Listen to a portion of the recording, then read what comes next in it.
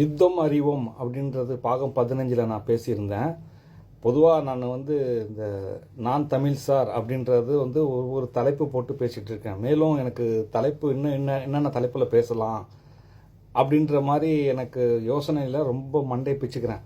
ஏதாவது ஒரு தலைப்பு இருந்தால் நீங்களும் கொடுங்க, இந்த தலைப்பில் நீங்கள் பேசுங்க, இதை பற்றி உங்களுடைய மாம் டேட் என்ன சொல்கிறாங்க அப்படின்னு கேளுங்க, தெரிஞ்சுங்க. ஏன்னா இந்த உலகத்தில் எல்லா உயிரினங்களும் சாப்பிடுதுன்னா மனிதன் அதுக்காக இல்லை அப்படின்ற ஒரு விஷயத்துக்கு தான் வந்திருக்கான். எல்லா உயிரினங்களும் சண்டை போடுதுன்னா அதுக்காக இல்லை, அதான் மனிதன்.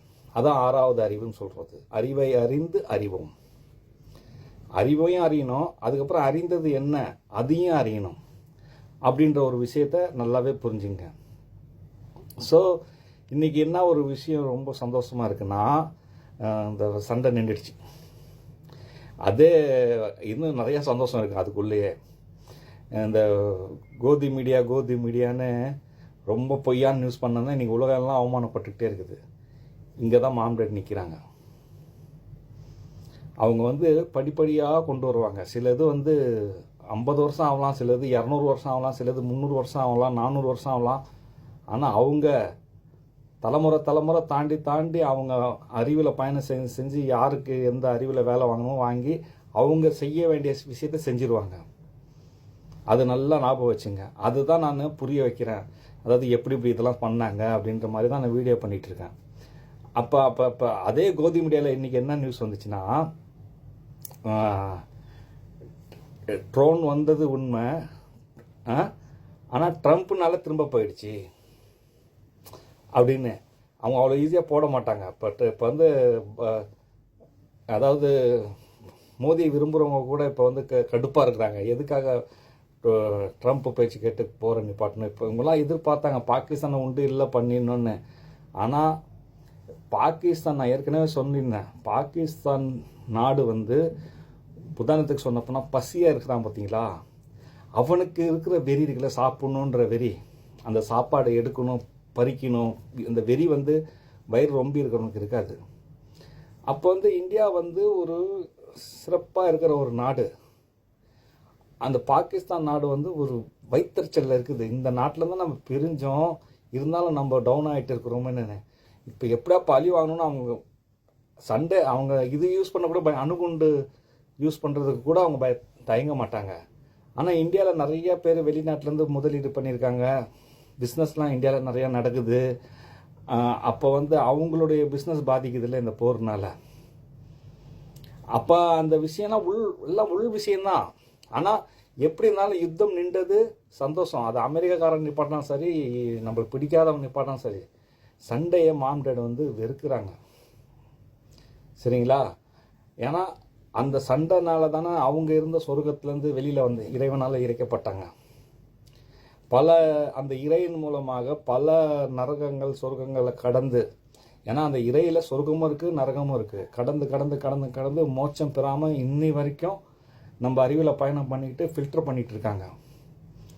அதாவது ஒரு தண்ணியை ஃபில்டர் பண்ணுற மாதிரி நம்மளே எல்லா உயிரினங்களை கடந்து நம்ம மனசனை பிறக்க வச்சு நம்மளை ஃபில்டர் பண்ணிகிட்டே இருக்காங்க. நம்ம மறுசுழற்சியில் வந்துக்கிட்டே இருப்போம். அது நான் தான் வந்தேன் அப்படின்னு நீங்கள் நினைப்பீங்க.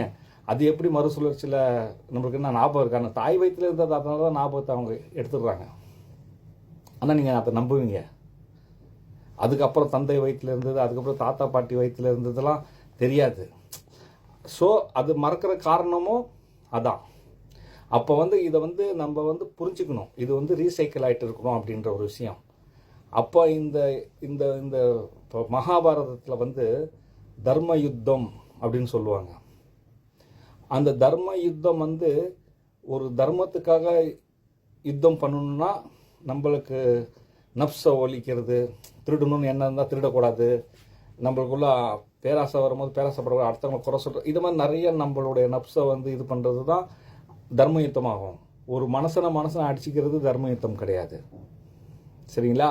அப்போ அதில் அந்த யுத்தத்தை ஒரு இதாக சொன்னாங்கன்னா, மனசனாக பிறந்ததுக்கு அப்புறமா தர்மத்தை பற்றி நிறையா பேசலாம். ஆனால் அது நான் அப்புறம் அடுத்த ஒரு வீடியோவில் நான் பேசிக்கிறேன் அதை பற்றி. அதாவது இப்போ வந்து புரிஞ்சதுக்காக ஒரே ஒரு விஷயம் சொல்லிடுறேன்.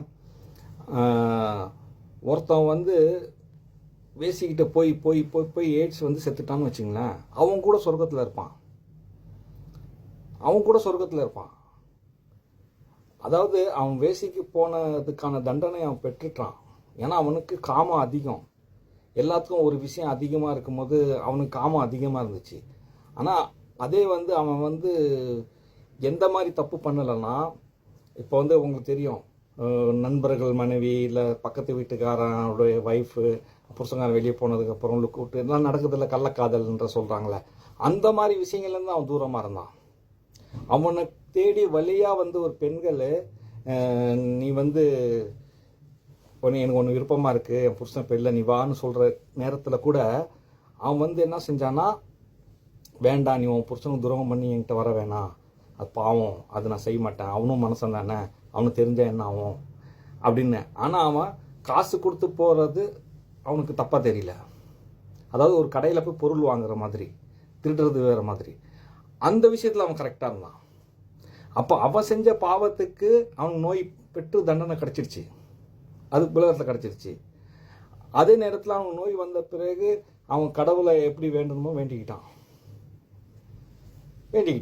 நல்ல முறையில் அவன் எந்த தர்மத்தில் இருக்கானோ அந்த தர்மத்தின்படி அவன் வந்து பாவ மன்னிப்பு கேட்டு, அதுவும் பாவம் நினச்சி அதுக்கு எனக்கு தண்டனை கிடச்சிச்சு, சரியாக இருக்கணும், சரியாக இருந்தான்.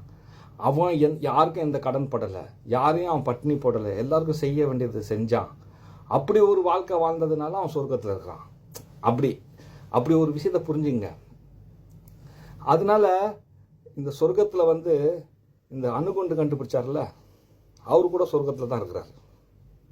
என்னடா அணுகுண்டு கண்டுபிடிச்ச சொர்க்கத்தில் இருக்காருன்னா, அவருடைய வரலாறை போய் பாருங்க. அவர் தானாக செயல்படலை, அவருடைய அறிவுக்குள்ளே ஏதோ ஒன்று ட்ரெஸ் இருந்துகிட்டே இருந்துச்சு, இது போய் செய்யுது போய் செய்யணும், அவருக்கு வேற ஒன்று செய்யணும்னு நினைக்கிறாரு, அவர் இதை தான் செய்ய வைக்கிது. அணுகுண்டு கண்டுபிடிக்கிறதுல விருப்பமே இல்லை, இருந்தாலும் அது கொண்டு போகுது. அவர் மகாபாரதம் படித்தார். அப்போ அணுகுண்டு வந்து மாம்டேடு தான் கொண்டு வந்தாங்க. காரணம் என்னன்னா, இந்த அணுகுண்டுன்னு ஒன்று வரலன்னா இன்னி வரைக்கும் நம்ம நிம்மதியாக இருக்க மாட்டோம். ஏன்னா அவன் சண்டை போட்டுட்டு நாடு பிடிக்கிற சக்கரில் second world war, third world war, fourth world வார்டுன்னு எல்லா வாரம் வந்திருக்கோம். அந்த அணுகுண்டு வந்த பிறகு பயந்துட்டாங்க, இது மனித குலமே அழிஞ்சிடும், இதுக்கு நம்ம ஒரு இதுக்கு நம்ம ஒற்றுமையாக இருக்கணும்னு இதுக்குன்னு ஒரு சட்டங்கள்லாம் ஏற்படுத்தினாங்க. அந்த அணுகுண்டுன்னு ஒன்று வரலன்னு வச்சுங்க, நீங்கள் வேணால் வரலாறு படித்து பார்த்துங்க. ஏன்னா எல்லா அறிவும் மாம்டேட் கொடுக்கறது தான். அவங்க சிலர்கிட்ட வில்லனாகவும் இருப்பாங்க, ஹீரோவாகவும் இருப்பாங்க. அவங்க எல்லாம் கலந்து, அதான் சொல்கிறேன், பிக் பாஸ், தமிழ் அந்த மாதிரி விஷயம்லாம் சொல்கிறது நல்லது கெட்டதுக்குள்ள. ஆனால் ஜெயிக்க போகிறது சத்தியமே ஜெயித்து தான். நம்ம இந்த இந்த பூமி உருவாகும் போது ஒரு குரோடு ஆயில் மாதிரி எல்லாமே அப்படியே எல்லாம் இப்படி வந்து ஃபில்டராகி தண்ணி நேரடியாக வரல, ஃபில்டராகி தண்ணி எல்லாம் உப்பு கலந்த கல் நீர் மாதிரி அந்த எல்லாம் இருந்தது. அப்படியே தனியாக பிரிஞ்சிச்சு. இந்த ஃபில்டராகி பிரிகிற மாதிரி ஒன்று ஒன்றா பிரிஞ்சு அதுலேருந்து உயிர்கள் உருவாகி இப்படி தான் நம்மளாம் வந்திருக்கோம். அவங்க ஃபில்டர் செஞ்சுட்டே இருக்கிறாங்க. அப்போ நம்ம ஃபில்டர் ஆகிறதுக்காக வந்தோம். அவங்க செய்கிறாங்கன்றதை விட நம்ம கையில் இருக்குது, நம்ம ஃபில்டர் ஆகிட்டு இருக்கோம். நம்ம இது செய்யக்கூடாது. இப்போ நம்மளுக்கு நாமளே நம்ம ஃபில்டர் பண்ணணும். நம்ம மனம் போன போக்கில் போகக்கூடாது. எது தப்பு எது ரைட்டு. நான் இங்கே பொய் சொன்னால் ஒரு குடும்பம் வாழும், அதனால பொய் சொல்கிறேன். அந்த பொய்க்கு முன்னாடி ஒரு நல்ல விஷயம் இருக்குது. இங்கே நான் உண்மையை சொல்கிறேன், இங்கே உண்மை சொன்னால் ஒரு குடும்பம் வாழும், அந்த உண்மைக்கு பின்னாடி ஒரு நல்ல விஷயம் இருக்குது.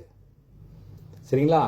இங்கே நான் இந்த விஷயத்தை எடுத்தேன், இது எடுத்ததுனால 4 குடும்பம் வாழும். திருடுனேன் ஆனால் அது ஒரு 4 குடும்பத்தை காப்பாற்றுறதுக்கு. அந்த திருட்டுது ஒரு தப்பு தான், ஆனால் அந்த 4 குடும்பத்தை காப்பாற்றுறதுக்காக திருடணும் பாருங்கள், ஒரு பசியாக இருக்கிற குடும்பத்துக்காக. அந்த புண்ணியக்கும் அந்த பாவத்துக்கும் ஒரு கணக்கு இருக்குது. அப்படின்ற ஒரு விஷயத்தை புரிஞ்சுங்க. அதே மாதிரி தான் எத்தனையோ வருஷமாக பிளான் பண்ணிகிட்டு இருக்காங்க. மீடியாலாம் நம்மளை கையில் போட்டுக்கிட்டு நம்ம ஒரு வாரியாக மக்களை பிரெயின் வாஷ் பண்ணணும்னு அவங்க வேறு மாதிரி பிளான் பண்ணிகிட்டு இருக்காங்க. சோசியல் மீடியான்னு ஒன்று கொண்டு வரணும், இதே மாதிரி கண்டுபிடிப்பு எல்லாம் கொண்டு வரணும்னு. இப்போ அவங்க பொய்யான நியூஸ் பரப்புனாலும் உண்மையான நியூஸ் சோசியல் மீடியாவில் வந்துடுது. மக்களே நியூஸ் கொடுக்குறாங்களே சில பேர், அதில் யோசிக்க வைக்கிறாங்கல்ல. அப்போ அந்த ஒரு பெரிய மீடியாங்களே அங்கே தோன்றுருது. என்னடா நம்ம எவ்வளோதான் பரப்புனாலும் சைடில் உள்ளவங்க அப்புறம் அவங்களெல்லாம் அடக்குறாங்க, இந்த மாதிரி யூடியூப்பை நிப்பாட்டுறாங்க, எல்லாம் நடக்குதுல்ல. அப்போ மாம்டேட் அறிவும் ஒரு இடத்துலேருந்து வேலை செஞ்சுட்டு வருதுல்ல, அறிவு மூலம்.